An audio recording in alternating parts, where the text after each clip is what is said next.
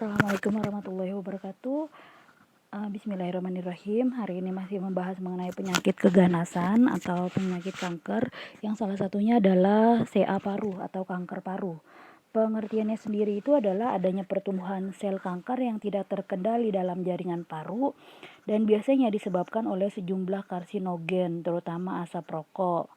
Dan menurut WHO ini adalah penyebab kematian utama dalam kelompok kanker. Jadi kenapa ini tidak terkendali? Jadi kanker itu adalah salah satu penyakit di mana terdapat pertumbuhan sel-sel yang tidak terkendali, dan ini disebabkan oleh zat karsinogen. Karsinogen ini adalah suatu zat yang dapat memicu timbulnya kanker. Kalau pada CA paru ini yang paling utama adalah dari asap rokok. Untuk klasifikasinya ada dua jenis, yaitu small cell lung cancer atau SCLC. Ini adalah maksudnya kanker paru-paru dengan sel yang kecil, dan ini jenis kanker tumbuhnya ini dia lebih cepat daripada jenis kanker yang lain, tetapi dapat dikendalikan dengan kemoterapi. Dan biasanya 20% kanker paru-paru adalah ini SCLC. Kalau yang non-small cell lung cancer atau NSCLC, ini adalah kanker paru-paru dengan tipe sel yang besar. Dan sekitar 75% sampai 80% kasusnya adalah NSCLC atau tipe sel kanker yang besar. Contohnya itu adalah adenokarsinoma, karsinoma squamosa, dan karsinoma sel besar. Adenokarsinoma ini biasanya kanker paru ini paling banyak muncul pada wanita. Dan ini kenapa bisa muncul? Karena berkembang dari sel-sel yang memproduksi lendir pada permukaan saluran udara. Kalau karsinoma squamosa ini berasal dari epitel bronkus. Kalau karsinoma sel besar, biasanya awal munculnya ini di saluran pernafasan yang lebih kecil dan dapat menyebar dengan cepat. Dan sel kanker yang besar ini tidak dapat berdiferensiasi karena bentuk selnya ini bundar dan besar. Untuk etiologinya, untuk penyebabnya ini sama seperti kanker umumnya, belum diketahui secara pasti, tetapi ada paparan zat yang bersifat karsinogen yang menyebabkan kanker. Ini adalah faktor penyebab utama. Dan kejadian kanker paru-paru ini sangat berhubungan erat dengan merokok. Dan selain faktor utama tersebut, bisa dari paparan udara, polusi udara, paparan radon. Paparan radon itu paparan gas dari dalam tanah atau gas radioaktif dari dalam tanah dari pembusukan unsur uranium, thorium, dan radium. Dan juga dari faktor lingkungan. Dan faktor resiko seseorang bisa terkena kanker paru-paru, faktor resikonya, contoh jenis kelamin. Laki-laki itu lebih beresiko terkena kanker paru-paru. Lalu menurut usia, semakin usianya semakin tua, maka lebih beresiko terkena kanker paru-paru. Riwayat merokok, jadi pada orang-orang yang merokok lebih beresiko terkena kanker paru karena di dalam rokok terdapat 73 zat jenis pemicu kanker. Terus berat badan, pada IMT-nya yang tinggi, overweight ataupun obesitas, salah satu faktor predisposisi seorang lebih gampang terkena kanker. Riwayat penyakit pada orang yang terkena PPOK atau penyakit paru obstruktif kronis, ini adalah penyakit yang fatal dan progresif yang terus merusak pada paru sehingga merusak hambatan aliran udara di saluran nafas.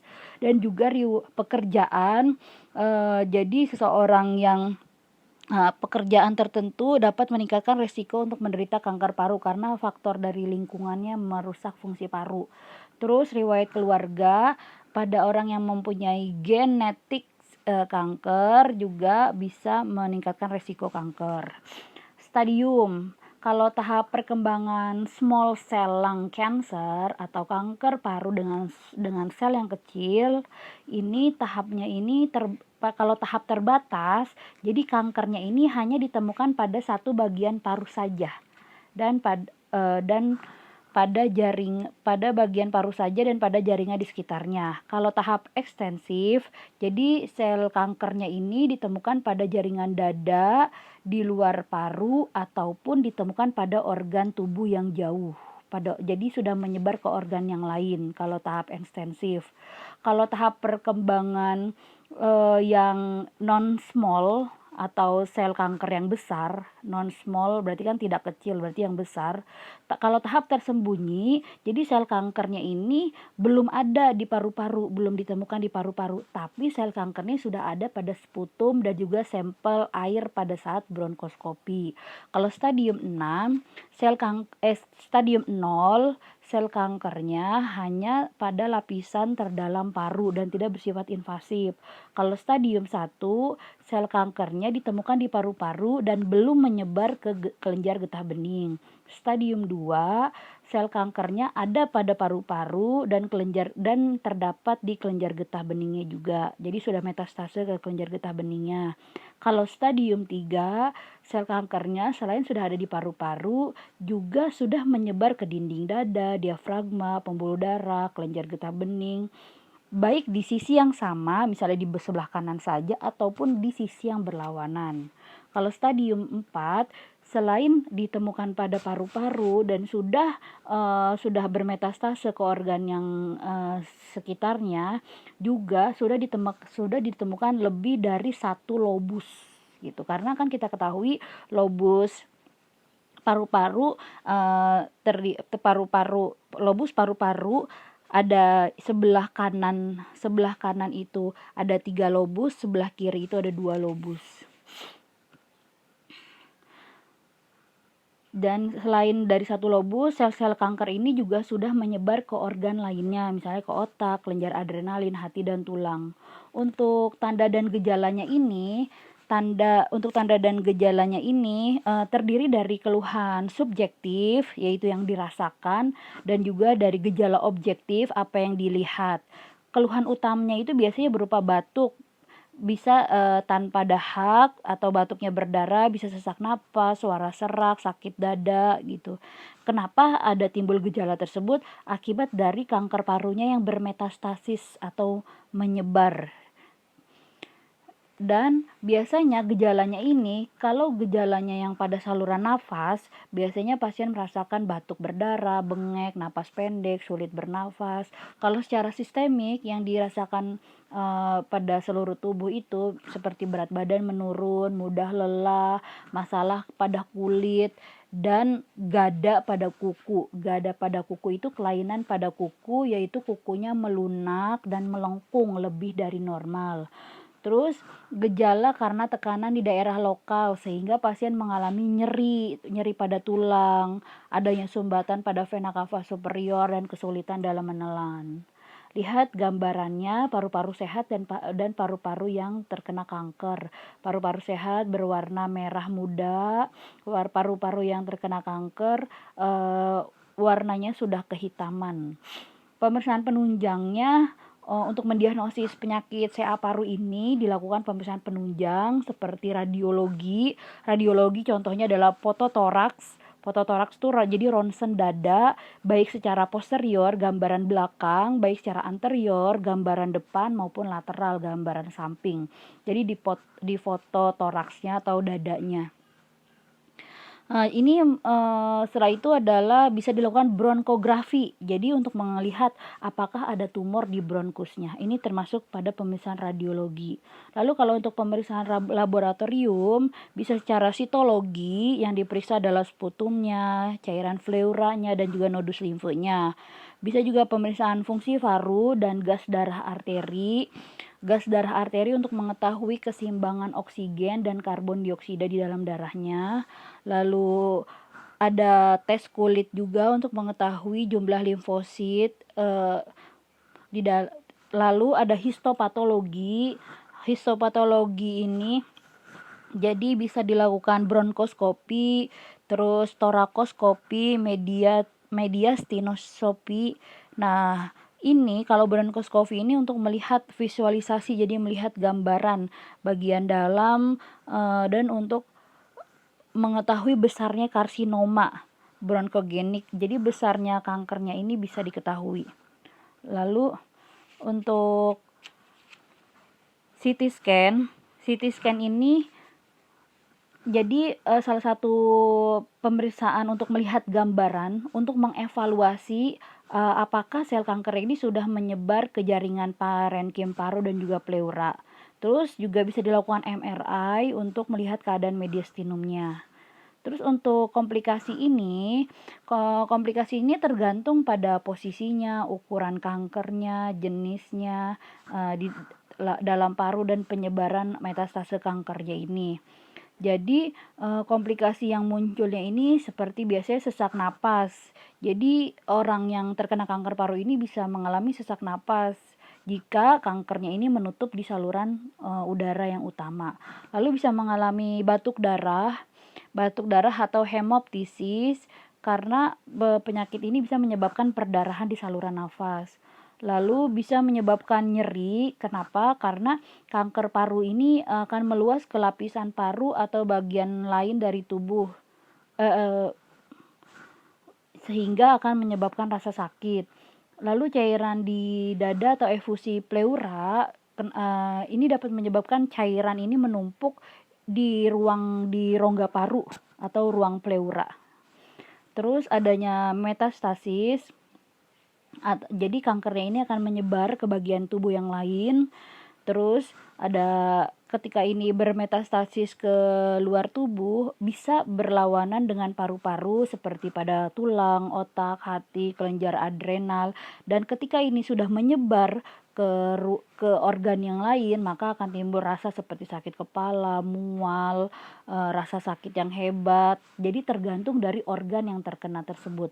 Bahkan bisa menyebabkan kematian karena pada orang yang terkena kanker paru maka harapan hidupnya sangat rendah. Penata laksanaan bisa dilakukan kemoterapi, radioterapi, pembedahan. Nah, kalau dilakukan kemoterapi ini fungsinya untuk mematikan sel kanker atau untuk mengganggu agar pertumbuhan tumor ini tidak semakin aktif. Dan ini biasanya dilakukan pada tumor yang tipenya ini yang kecil atau small. Lalu bisa juga ini sebagai pengobatan tambahan dari bedah ataupun radiasi. Lalu yang kedua adalah radioterapi atau radiasi. Jadi pengobatan ini dengan dilakukan penyinaran biasanya dilakukan pada yang stadium awal sebagai pengobatan atau juga sebagai terapi paliatif, terapi tambahan. Jenis terapinya ada SABR atau stereotaktif ablatif radioterapi. Ya, jadi ini merupakan teknologi non-invasif, tidak dengan pembedahan, dengan ketepatan yang tinggi sehingga dapat mentarget tumor dengan lebih baik. Jadi dapat mematikan tumor atau sel kankernya ini dengan lebih baik dan tidak merusak jaringan tubuh yang lainnya. Lalu pembedahan atau operasi. Nah, biasanya operasi ini memiliki keuntungan kalau pada kanker paru stadium awal 1 atau 2 karena dapat sekalian mengangkat kelenjar getah beningnya sehingga memutuskan untuk memulai kemoterapi. Jadi untuk pembedahan ini biasanya digabungkan dengan tindakan penata laksanaan yang lain. Terus untuk mempertahankan tindakan operasinya itu salah satunya contohnya adalah torakektomi eksplorasi, pneumonektomi, pengangkatan paru-paru, lalu lobektomi, jadi pengangkatan lobus, lalu karsinoma bronkogenik, ya jadi terbatas hanya pada satu lobus saja.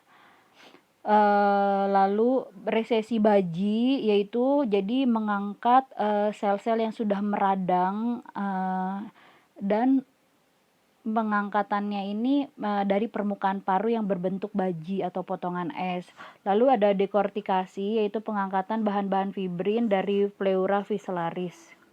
Untuk pencegahannya ini pencegahan ini, jadi ini upaya yang dapat dilakukan untuk dapat mengurangi resiko kemungkinan kanker paru, yaitu dengan jangan merokok dan hindari menjadi perokok pasif. Jadi jangan menghirup asap perokok. Ini adalah cara utama untuk menghindari kanker paru di lingkungan kita. Lalu bisa memilih menu makanan sehat. Jadi biasakan mengkonsumsi makanan yang rendah lemak dan tinggi serat. Contohnya buah-buahan dan sayuran sebaiknya menjadi menu utama dalam sehari-hari. Lalu berolahraga secara teratur. Bisa selama 2 sampai 3 jam selama 1 minggu, dan rutinitas ini dilakukan secara rutin. Oke, terima kasih atas perhatiannya. Assalamualaikum warahmatullahi wabarakatuh.